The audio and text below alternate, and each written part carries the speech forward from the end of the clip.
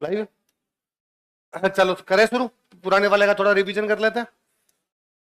पुराने वाले में हमने कुछ चर्चित व्यक्तित्व पढ़े थे, हम दो कुलगुरु पढ़ रहे थे, एक मदन मोहन झा थे और एक नाम और पढ़ा था हमने राजेंद्र बाबू दुबे, जिनमें मदन मोहन झा तो अपने संस्कृत यूनिवर्सिटी के और राजेंद्र बाबू दुबे जो थे वो की कृषि केशवानंद कृषि विश्वविद्यालय बीकानेर के थे। फिर हमने एक पढ़ा था कि राजस्थान में राज्य जो सूचना आयुक्त है वो नियुक्त कर दिए गए हैं, सुनील शर्मा। और हमने ये भी देखा कि जो मुख्य सूचना आयुक्त है वो हमारे ML लाठर। हमने एक ये पढ़ा था कि राजसमंद जिले के एक जज है राघवेंद्र काचवाल, और उनको जो अपने लीगल एंड लॉ अफेयर्स जो होता है उसका सचिव नियुक्त कर दिया गया, प्रिंसिपल सेक्रेटरी बनाया गया। हमने मनस्वी अग्रवाल का पढ़ा था, जिन्होंने अंटार्कटिका की एक चोटी जिसका नाम क्या है विंसन मैसिव, जिसकी ऊंचाई कितनी है 4892 मीटर, उसके ऊपर झंडा फहरा दिया है। हमने आगे पढ़ा था कि सिलिसेट झील जो है वो रामसर साइट घोषित कर दी गई है, और ये अलवर के अंदर झील है। और रूपारेल नदी के सहायक नदी का पानी इधर इकट्ठा किया जाता है। विनय सिंह ने इस झील को बनवाया था। और हमने ये पढ़ा था कि इससे पहले 4 ऑलरेडी थी हमारी, केवलादेव था, सांबर था, और 5 जून 2025 को खिंचन और मेनार भी किया गया था, खिंचन और मेनार किया गया था। राजभवन का नाम बदल के अब क्या कर दिया गया, लोक भवन कर दिया गया। लोकायुक्त सचिवालय का नया लोगो हमने देखा था, न्यायो नीति चाहे शासनम, क्या नाम था, सवाईपुरा गांव पाली है वो स्मार्ट विलेज के रूप में चयनित किया गया, और वहां से परियोजना मिशन मोड परियोजना जो है वो शुरू की जाएगी। उसकी जो नोडल एजेंसी थी वो हमने देखी थी, कौन सी थी, CSIR CBRI। CBRI की फुल फॉर्म क्या थी, central building research institute, Roorkee के अंदर है ना। गागरोन का जो किला है वहां पर 5000 बच्चों को एक साथ बिठा के चित्रकला प्रतियोगिता का आयोजन किया गया। ये पंचगौरव योजना के तहत है। पंचगौरव में एक तो होनी चाहिए फसल, तो वो तो कौन सी आपकी एक प्रजाति होनी चाहिए, एक उत्पाद होना चाहिए कोटा स्टोन, एक पर्यटन स्थल होना चाहिए गागरोन, एक खेल होना चाहिए बास्केटबॉल है झालावाड़ के अंदर, और ये वर्ल्ड बुक रिकॉर्ड में नाम आया था। राजस्थान पुलिस अकादमी जो अपनी है उसको उत्कृष्ट संस्थान का दर्जा दिया गया, किसके द्वारा दिया गया, तो कैपेसिटी डेवलपमेंट कमीशन जो है उसके द्वारा दिया गया था, ये CBC द्वारा दिया गया था। और नए आपराधिक कानून आए, उनका प्रशिक्षण देने वाली पहली एकेडमी कोई बन गई, तो कौन सी है, RPA बन गई है। हमने कुछ योजनाएं देखी थी, हमने फिल्म पर्यटन की नीति देखी थी हमारे राजस्थान की, जो जारी की गई थी 24 दिसंबर को जारी की गई थी, मंडावास। कहां से जारी की गई, मंडा। और उसमें कहा गया था कि यदि राज्य सरकार या केंद्र सरकार के अंडरटेकिंग कहीं पर भी 5 दिनों तक आप शूटिंग करते हो तो शूटिंग का जितना भी चार्ज होगा 100% आपको वापस दे दिया जाएगा, प्रतिपूर्ति कर दी जाएगी। हमने ये भी पढ़ा था कि यदि वो मूवी इंटरनेशनल अवार्ड जीते तो 1 करोड़ रुपए देंगे, और नेशनल अवार्ड जीते तो 50 लाख रुपए देंगे। हमने कहा था कि हिंदी मूवी है तो कम से कम 200 स्क्रीन होनी चाहिए, राजस्थानी है तो 25 स्क्रीन होनी चाहिए, और अन्य है तो। अभी एक राजस्थानी मूवी रिलीज हुई है, ऊपर लगी हुई होगी आपके सनी ट्रेड सेंटर में, सागवान, देखिए आपने, प्लीज देख के आना। आप जो SI की तैयारी कर रहे हैं आप बच्चे तो और देख के आना। हिमांशु सिंह जी जो कि राजस्थान पुलिस के अंदर ही अधिकारी है, उनके द्वारा बनाई गई मूवी है। राजस्थान में किस प्रकार अंधविश्वास है, राजस्थान के अंदर किस प्रकार से अभी भी बैकवर्डनेस है, उन चीजों को लेके बहुत अच्छी मूवी बनाई गई है। कौन सी, सागवान, ऊपर चल रही है। यहां से क्लास खत्म होते ही ऊपर, वहां नहीं और अन्य भाषा की फिल्में हो तो 100 स्क्रीन, कितनी स्क्रीन है, 100 स्क्रीन है। और अपनी वही है कि राजस्थानी फिल्मों को 25 स्क्रीन ही क्यों है, क्योंकि हम देखने नहीं जाते। 25 मिली वो बड़ी है ना, राजस्थान में 4 स्क्रीन मिली, जयपुर में 4 स्क्रीन मिली थी इस मूवी को, उनमें 2 तो बंद ही कर दी सिनेमा हॉल वालों ने कि देखने नहीं गए, 2 चल रही है। आप देखने जाओगे तो अगली बार यहां 25 की जगह 250 होगी। हिंदी के लिए 200, अन्य भाषाओं के लिए 100, राजस्थानी के लिए 250। कोई देखने जाए तब तो, हम देखने नहीं जा रहे तब ये हालत है। और कम से कम इतना तो होना ही चाहिए, जो राजस्थान वाली कहावत है कि गोडा पेट का नहीं मुड़े, घुटने होते हैं वो हमेशा पेट की तरफ मुड़ते, उल्टी दिशा में नहीं मोड़ सकते। अपनी चीजों के प्रति लगाव स्वाभाविक है, तो उतना दिखना भी चाहिए, अपने को होना भी चाहिए, तो देख के आना। और सब्सिडी वाली जो फिल्में जीती भी होगी राजस्थान सरकार करी, हमें क्रेडिट दो, उनके लिए हमें क्या दिया जाएगा, क्रेडिट। और कहा गया फिल्म डायरेक्टरी एक बनाई जाएगी। फिर हमने कहा कि राजस्थान फिल्म इंस्टीट्यूट पुणे जो है, एक जो कलकत्ता में और एक जो NSD है, उनके अंदर हमारे जो भी बच्चे पढ़ते हैं उनमें से 10 बच्चों को चयनित किया जाएगा, 50,000 रुपए की फीस दी जाएगी और 5,000 रुपए महीने का खाने पीने के लिए दिया जाएगा, scholarship scheme. Location screen time भी हमने बताया था कि यदि 5 से 15% तक दिखाते हो 10% है, यदि 15 से 30 दिखाते हो तो 20% है, 30 से ज्यादा दिखाते हो तो कितना परसेंट है? 30%। और 50% शूटिंग दिवस राजस्थान में दी है तो 5% की एक्स्ट्रा और कर देंगे, सॉरी 30% है, और 100 दिन की पूरी करते हो तो 5% एक्स्ट्रा कर देंगे। राजस्थान पर्यटन नीति आई थी, कब आई थी? और इसका था कि निजी क्षेत्र जो है उसको पर्यटन के अंदर बढ़ावा दिया जाना। और हमने ये पढ़ा था कि ये नीति तब तक जारी रहेगी जब तक कि अगली नहीं आ जाएगी, और इसने पिछली को रिप्लेस किया। पिछली कब आई थी? 2020। पर 2 साल बाद में इसका करेंगे रिव्यू। क्या किया जाएगा? रिव्यू किया जाएगा। कार्यान्वयन कौन करेगा? तो हमने पढ़ा था राजस्थान पर्यटन बोर्ड करेगा, उसके नीचे एक PIU बनाई जाएगी, सॉरी पॉलिसी इंप्लीमेंटेशन यूनिट बनाई जाएगी, और उसका जो भी मुखिया होगा वो निदेशक या आयुक्त होगा। फिर हमने बाकी चीजें डिजिटलीकरण करेंगे, वो सामान्य बातें। राजस्थान के मृत शरीर का सम्मान करने के लिए योजना लाई है। पहले 2023 में अधिनियम आ गया था, अब कुछ संशोधन करके 2025 के अंदर इसको वापस लाया। ऐसा करने वाला राजस्थान भारत का।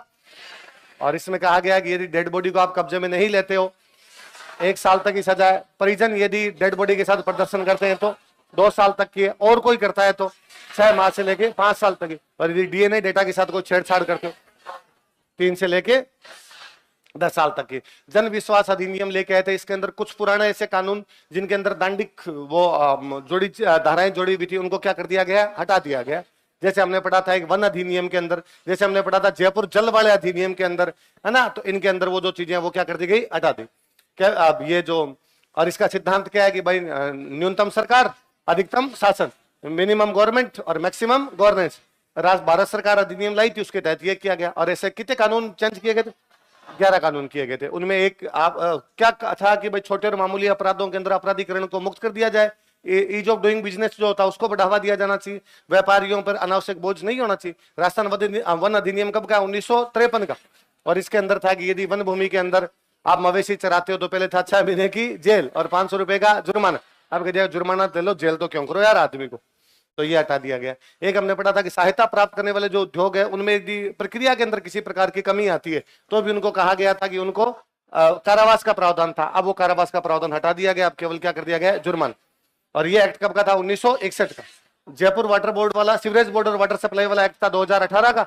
और उसमें था कि यदि पानी की बर्बादी करते हो, इलीगल तरीके से कोई कनेक्शन लेते हो तो आपको सजा हुआ करती थी। अब उस सजा को भी हटा दिया गया, वो भी किसमें कर दिया गया? अर्थदंड तक। प्रवासी राजस्थानी नीति लेके आए थे हम, और उसके अंदर 3 दिसंबर को, और उसमें हमने कहा था राजस्थान राइजिंग ग्लोबल समिट जो हुई थी उसके तहत प्रवासी राजस्थानियों को विकास प्रक्रिया में क्या करेंगे? भागीदार बनाए। करवाने वाला कौन था? राजस्थान फाउंडेशन करवाने वाला था। और इसमें 6 प्रमुख पहल की गई थी। अपना विद्यालय होना चाहिए, आरोग्य बंधन, अपनी आंगनबाड़ी होनी चाहिए, अपनी विरासत होनी चाहिए, हरियाणा प्रदेश और पशु सार। हरियाणा प्रदेश और पशु सारथी। ABCDE हमने किया था। ए का मतलब एक्सिलरेट, बी का मतलब ब्रिज, सी का मतलब सेलिब्रेट, डी का मतलब ड्राइव, और ई का मतलब एंश्योर करना है इसको। हमने इसकी विशेषताएं पढ़ी थी कि एक तो मातृभूमि सम्मान देंगे जो प्रवासी राजस्थानी है उनको। प्रवासी राजस्थानियों के लिए हम कार्ड जारी कर देंगे, सिंगल विंडो क्लियरेंस दे देंगे उनको। NRR नॉन रेजिडेंट राजस्थानी जो है उनके लिए एक इन्वेस्टमेंट फंड बनाया जाएगा, और प्रवासी राजस्थानी केंद्र स्थापित किया जाएगा राजस्थान मंडपम, और वो कहां पर होगा? जयपुर के अंदर होगा। राजस्थान ट्रेड प्रमोशन नीति लेके थे, ट्रेड को कैसे बढ़ा दिया जाए, छोटे व्यापारियों और ई-कॉमर्स को बढ़ावा देने के लिए 2 चीजों में हमने कहा था। एक तो उनको लॉजिस्टिक नेटवर्क उपलब्ध करवाया जाएगा, एक उनको ई-कॉमर्स की सुविधा उपलब्ध करवाई जाएगी। और ऐसा करके हम राज्य के कम से कम कितने 10.5 लाख से अधिक रिटेल स्टोर और जो MSME है उनको ये सुविधाएं उपलब्ध करवा देंगे। नोडल विभाग ऑब्वियस सी बात है उद्योग वाणिज्य व्यापार होगा, उसके लिए कार्यान्वयन के लिए एक राज्य स्तरीय समिति बना दी जाएगी। राजस्थान के भीतर सभी प्रकार के अधिनियम लागू होगा। कब तक है ये याद रखना था? 31 मार्च 2029। बाकी को ज्यादा बात थी नहीं इसमें। कौन कौन सी चीजें बाहर रहेगी? तो ऑटोमोबाइल वाली चीजें, और ईंधन रहेगा, दारू रहेगी और थैलियां रहेगी, बता दिया था मैंने। ये TOD बनाए जाएंगे, जहां पर ज्यादा भीड़ भाड़ वाले इलाके वहां पे 800 मीटर के दायरे में TOD बना दिया जाएगा। भीड़ भाड़ का मतलब है कि एक दिशा में कम से कम 5000 लोग प्रति घंटा जाने चाहिए, वहां पर ये TOD। और ये किसकी तर्ज पे किया जाएगा? हमारी मतदाता सूची का 100% क्या कर दिया गया है? डिजिटलाइजेशन कर दिया गया। ये सूचना हमें किसने दी? नवीन महाजन, जो कि हमारे क्या है? मुख्य निर्वाचन अधिकारी, मुख्य निर्वाचन। सभासार पहल 14 अगस्त को जारी की गई, 14 अगस्त को लॉन्च की गई। इसका यह था कि जो भी ग्राम पंचायतों की जो भी मीटिंग होती है उसमें ऑडियो वीडियो जो भी होता है वो AI के माध्यम से हाथों हाथ उसकी मिनट्स पॉइंट बना दिए जाए। उसको पहल को क्या कहा गया था? सभासार, MOM तैयार कर दिया जाए। क्या तैयार कर दिया जाए? MOM। और राजस्थान की लगभग कितनी पंचायतों में हो चुका है? 1500। और राजस्थान उस सूची में कितने नंबर पे आ रहा है? 14। कितने नंबर पे? 14। सिटी एक्सीलरेटर एक प्लान बनाया गया था, उसमें अपने राजस्थान और पीएम सूर्यघर योजना के तहत रूफटॉप पे जो सोलर इंस्टॉलेशन करवाते उसके तहत उसमें राजस्थान के 4 जिले आ रहे थे अपने। कौन कौन से आ रहे थे? जयपुर, जोधपुर, उदयपुर और अजमेर। पहले भी जयपुर है, दूसरे पे जोधपुर है, तीसरे पे उदयपुर है, चौथे पे अजमेर। और हमें 2030 तक कितना गीगावाट लेके आना? 500 गीगावाट तक लेके आना। इसमें मुख्य प्रावधान ये किए गए थे, बैंकों द्वारा आपको लोन दे दिया जाएगा, उसकी रेट कम होगी। रेट कितनी है उसकी? 6.6% नेट होगी। वर्चुअल नेट मीटरिंग और ग्रुप नेट मीटरिंग की गई थी। यदि आपके पास में एक छत है तो सब मिलजुल के उस छत से ले लो, यदि छत नहीं है तो पड़ोसी किसी प्लॉट से ले लो। तो वर्चुअल नेट मीटरिंग भी हो सकती है और ग्रुप नेट मीटरिंग भी हो सकती है। और हमने ये कहा था कि अतिरिक्त सब्सिडी 150 यूनिट है, और इस प्रकार का जो भी करेंगे उनको 17,000 रुपए राज्य सरकार द्वारा क्या दी जाएगी? सब्सिडी। जो भी इस प्रकार से बचाएंगे उनको। कर्म भूमि से मातृभूमि, हमने प्रवासी राजस्थानियों का राजस्थान में जल बचा दो, कैच द रेन। कौन सा प्लान चला गया? कैच द रेन बनाया गया। हमने कहा था 4 साल में हमें 45,000 ऐसे जो पुराने उनको रिचार्ज करना है, और हम दिसंबर की रिपोर्ट तक कितना कर चुके हैं? 14,500 तक कर चुके हैं। कैच द रेन ही था ना इसमें। और 3 प्रकार की समिति, राज्य स्तरीय समिति बनाई जाएगी, राज्य स्तरीय एक निर्देशन समिति होगी, जिला स्तरीय समिति होगी। इसमें 31 मेंबर होंगे, एक में 20 मेंबर होंगे, एक में 17 होंगे। मुख्यमंत्री जो होंगे, मुख्य सचिव होगा और जिला कलेक्टर होगा। फिर हमने पहला प्रवासी राजस्थानी दिवस मनाया था अब की बार 10 दिसंबर को। जेईसीसी सीतापुरा के अंदर मनाने वाले राजस्थान फाउंडेशन था, बीआईपी था, रिको था, इंडस्ट्री पार्टनर के रूप में सीआईआई को लिया गया था। इसमें प्रवासी राजस्थानियों के लिए हमने क्या कहा? हमने कहा एक तो आपके लिए नवीन विभाग डिपार्टमेंट बना देंगे हम पूरा का पूरा। फिर हम नई राजस्थानी प्रवासी नीति जो अभी हम पढ़ गए 3 दिसंबर को जारी की गई थी वो लेके आएंगे। फिर हमने कहा राजस्थान फाउंडेशन का विस्तार किया जाएगा, 14 नए सेंटर बनाए जाएंगे। अब टोटल सेंटर हो गए 40। कितने हो गए? 40। 14 नए चैप्टर शुरू किए गए, और ज्यादा याद करने वाली बात नहीं। हमने निवेश वाला कहा था कि निवेश 1 लाख करोड़ का निवेश तो ग्राउंड ब्रेकिंग मतलब धरातल पर उतार दिया गया। जो विशेष है वो वेदांता ग्रुप ने कहा कि सबसे बड़ी फर्टिलाइजर कंपनी जो है वो कहां पे लगाई जाएगी? राजस्थान के अंदर लगाई जाएगी। और पुस्तक का विमोचन किया गया था, commitment in action, capital book थी। 8 सत्रों का इसमें आयोजन किया गया था। एक तो मतलब प्रवासी राजस्थानियों के साथ में डायलॉग वाला था। फिर ये सीधा था, ऊर्जा था, उद्योग था, शिक्षा, स्वास्थ्य, पर्यटन और जल संसाधन और खनन। एक खनन और प्रवासी राजस्थानियों को अवार्ड दिए गए थे। 9 प्रवासी राजस्थानियों को दिए गए थे। अनिल अग्रवाल फर्टिलाइजर लगा रहे थे, उनको तो मिलना ही था, है ना। अनिल अग्रवाल को था। एक अपने कुमार मंगलम बिरला वाला जो है इनको था। नरसी कुलडिया जी वाला मैंने बताया था। प्रदीप घिसूलाल राठौड़ जो है उनको दिया गया था। विनीत मित्तल जो है उनको दिया गया था इसके अंदर। और तो पिरामल, अजय पिरामल और माधव सिंघानी। पूनम चंद राठी जो बीकानेर के अंदर आपके सैनिक स्कूल बना रहे थे, राठी फाउंडेशन वाले, उनको दिया गया था। हम पुरस्कार देख रहे थे। मधुकर गौड़ पुरस्कार है वो संग्राम सिंह जी सोडा को दिया गया था। राजस्थान शिल्प गुरु और राष्ट्रीय हस्तशिल्प पुरस्कार 2023-24 के हमने दोनों देखे थे। इसमें हस्तशिल्प का भी देखा और शिल्प गुरु का भी देखा था। तो हम पहले 2023 वाले देख रहे थे। 2023 वाले में हस्तशिल्प में 3 लोगों को है। ये तो धापा देवी और कविता चौधरी, ये तो जयपुर रक्स के अंदर है। फिर एक पवन कुमार कुमावत है जिनको किसके अंदर दिया गया? ज्वेलरी और सेमी प्रीसियस स्टोन के लिए दिया गया। और एक आपके रोशन छिंपा है जिनको आर्टिस्टिक टेक्सटाइल के लिए दिया गया था। 3 हो गए। कौन कौन? धापा देवी और कविता चौधरी, पवन कुमार कुमावत और रोशन छिंपा। 2024 वालों में 3 को दिया गया था। मोती लालवाणी जो कि जोधपुर के, उनको मेटल क्राफ्ट के लिए दिया गया था। गायत्री जो कि जयपुर है, उनको बांसुरी पर मीनाकारी के लिए दिया गया था। अनिल कुमार प्रजापति को दिव्यांगजन श्रेणी के अंदर दिया गया था, टेराकोटा के लिए। और शिल्प गुरु अवार्ड एक को मिला था कमलेश शर्मा जी को, और कमलेश शर्मा जी को मिला था तारकसी। किसके लिए मिला था? तारकसी के लिए। अंतरराष्ट्रीय महिला साहस पुरस्कार कृति भारती जो एक फाउंडेशन चलाती है। कौन सा? बाल विवाह रोकने। कौन सा फाउंडेशन है? सारथी ट्रस्ट चलाती हो। 19वीं राष्ट्रीय स्काउट जो हुई थी उसमें राजस्थान ने जो है वो फर्स्ट स्थान हासिल किया। दोनों के अंदर, विंग में भी किया और आपके स्काउट में भी किया और गाइड में भी किया। और लास्ट दिन जो कार्यक्रम होता है उसको क्या बोलते हैं? जम्बूरी। क्या बोलते हैं? जम्बू। और इस बार ये कहां पर हुआ था? लखनऊ। कहां पे हुआ था? लखनऊ। एक society for material chemistry award है जो अपने केमिस्ट्री की जो मैडम है, एचओडी मैडम है, उनको मिला था। प्रोफेसर नीलिमा गुप्ता। और कहां पर हुई थी अभी? चलो, इसके बाद हमने एक देखा था नेशनल आईआईएमएम की फुल फॉर्म हमने देखी थी। क्या होती है बताओ? देखिए, Indian institute of material management. क्या होती है? Indian institute of material management. Material management के लिए अपने एक आरटीओ साहब उनको दिया गया था। आरटीओ साहब का नाम क्या है? वीरेंद्र सिंह राठौड़। आईआईएमएम वीरेंद्र सिंह राठौड़ को मिला। राष्ट्रीय दिव्यांगजन सशक्तिकरण पुरस्कार दीपाली शर्मा को दिया गया था, और उनको वो उसके लिए चित्रकारी के लिए आपके कैपेटिविटी और क्लाउड। उसके बाद हमने आईजीबीसी फेलोशिप अवार्ड देखा था। इंडियन ग्रीन बिल्डिंग जो है उसके लिए अब बिल्डिंग बनाने वाले महिमा ग्रुप है, महिमा ग्रुप के धीरेन्द्र मदान को दिया गया था।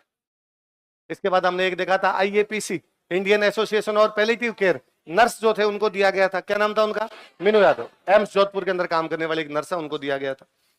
फिर हमने ये कुछ देखे थे कि वो सेंटर वगैरह ये थोड़ी करवा दिया था, करवा दिया था। हाँ, हाईटेक के लिए वो साइबर के लिए 5 सेंटर चयनित किए गए थे। हमने पढ़ा था सारे अलवर साइड वाले हैं, उधर के सारे भिवाड़ी है, अलवर है, खेरथल, तिजारा, डीग है, एक सवाई माधोपुर है, 20 हाईटेक सेंटर है, उनमें से 5 अपने। हरिमो अभ्यास जो था हमने देखा था भारत और किसके बीच में, मतलब कहां पर वह महाजन अपनी तो डोगरा रेजिमेंट गई थी, उधर से मलेशिया रेजिमेंट आई।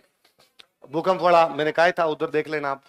अपूर्वा ऐप जो बनाया गया था वो महावीर कैंसर हॉस्पिटल के अंदर काम करने वाले अपूर्वा टाक है, उनके द्वारा बनाया गया, डॉक्टर और मरीज के बीच में डायलॉग के लिए और रियल टाइम उनकी मॉनिटरिंग करने के लिए बनाया गया था। लीगल ऑफिसर पोर्टल एक जारी किया गया है, जो हमने पढ़ा था कि कार्मिक जो भी काम करते हैं उनके जो भी डाटा होंगे वो इस पर डाल दिए जाएंगे। तो वो लीगल ऑफिसर जो पोर्टल है किसके द्वारा जारी किया गया, विधि एवं विधिक विभाग द्वारा जारी किया गया, उसके मंत्री जो जोगाराम जी उनके द्वारा जारी किया गया, कार्मिकों से संबंधित डाटा वगैरह को पारदर्शी तरीके से वहां पर रखने के लिए। विश्व का पहला आयुर्वेद एक्सीलेंस सेंटर जो है वो अपने आयुर्वेद संस्थान में जारी किया गया। आयुर्वेद संस्थान अपने कहां पर है, जयपुर के अंदर है। और इसका उद्देश्य क्या है, तो जो औषधीय पादप है जो अपने सिलेबस से हटा दिए गए हैं उनकी क्या कर दी जाएगी, डीएनए बारकोडिंग कर दी जाएगी, जीनोम सीक्वेंस देख लिया जाएगा, उनकी क्वालिटी चेकिंग कर ली जाएगी, और एक डीएनए बैंक। और सबसे बड़ी बात इसमें थी कि ये कहा गया कि जो आस्था आधारित है उसका हम प्रमाण देंगे। अब तक जो मानते थे कि ठीक हो जाता है, कैसे ठीक हो जाता है वो हम बताएंगे, उस दिन बात की थी अपन ने। फिर हम देख रहे थे खनन क्षेत्र में राजस्थान की प्रगति देख रहे थे, तो माइनिंग सेक्टर में राजस्थान जो है वो कौन से नंबर पे आ गया, दूसरे। मेजर मिनरल ब्लॉक वाले में भी कौन से में आ गए हम, दूसरे के अंदर।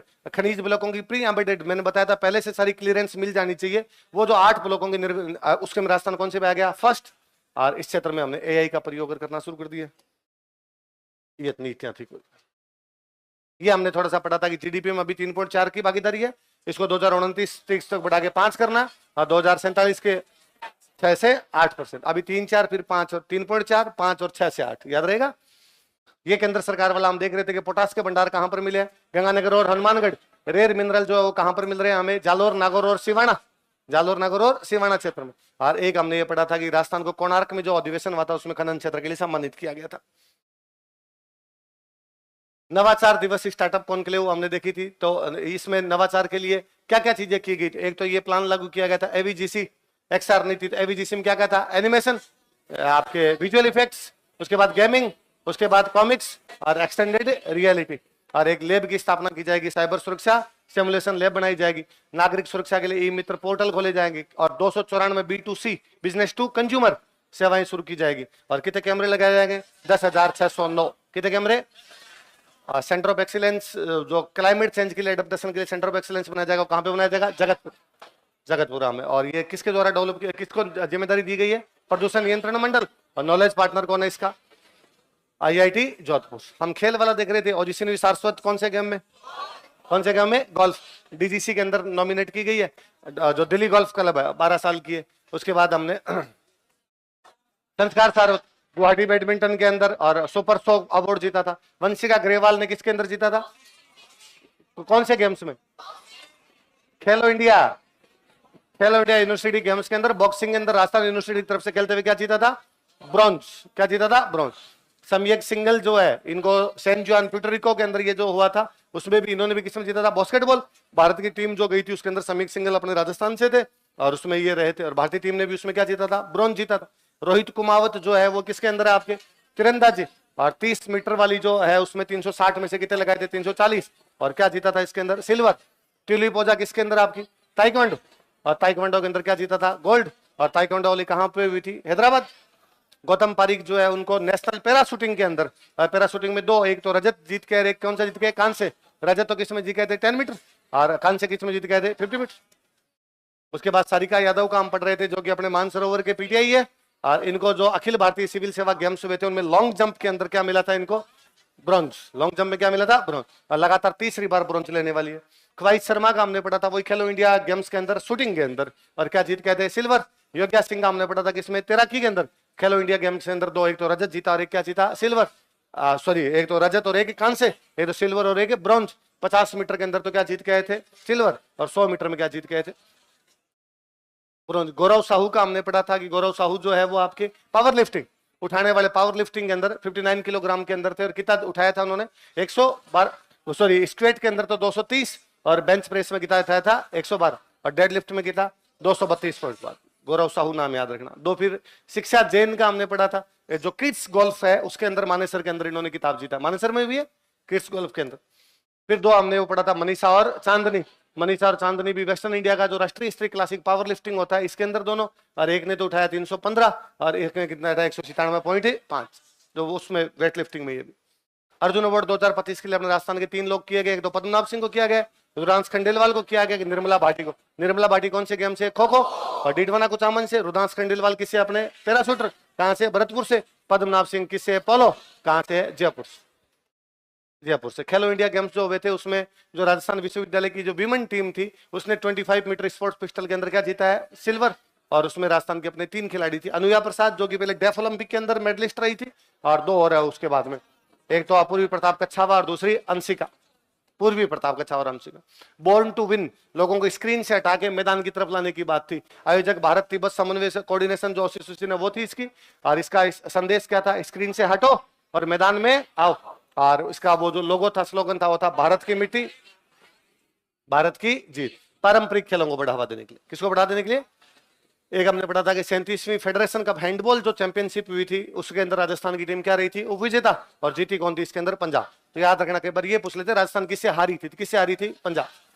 पंजाब से। हैंडबॉल चैंपियनशिप कहां पर हुई थी? लखनऊ। कहां पर हुई थी? लखनऊ। ये 11वीं जो चैलेंजर ट्रॉफी हुई थी 2025 में, ये आपकी अपने इस बार जयपुर के अंदर हुई, और इसमें CS मतलब सिविल सर्विस के लिए जो ट्रॉफी हुई थी। और मैंने बताया था कि इसमें अकाउंट सर्विस को पहली बार लिया गया था, और अकाउंट सर्विस वालों ने क्रिकेट के अंदर गोल्ड जीता, और उन्होंने फाइनल के अंदर तो रहा था IAS वालों को, और इधर सेमीफाइनल में रहा था RS वालों को रहा था। और अकाउंट सर्विस जो थी वो आपकी इसमें महिला टीम ने भी आपके बैडमिंटन के अंदर जीता था गोल्ड, और टेनिस के अंदर जीता था ब्रॉन्ज। फिर हमने ये नेशनल शूटिंग चैंपियनशिप जो बिशन खेड़ी के अंदर, कहां पर है? बिशन खेड़ी के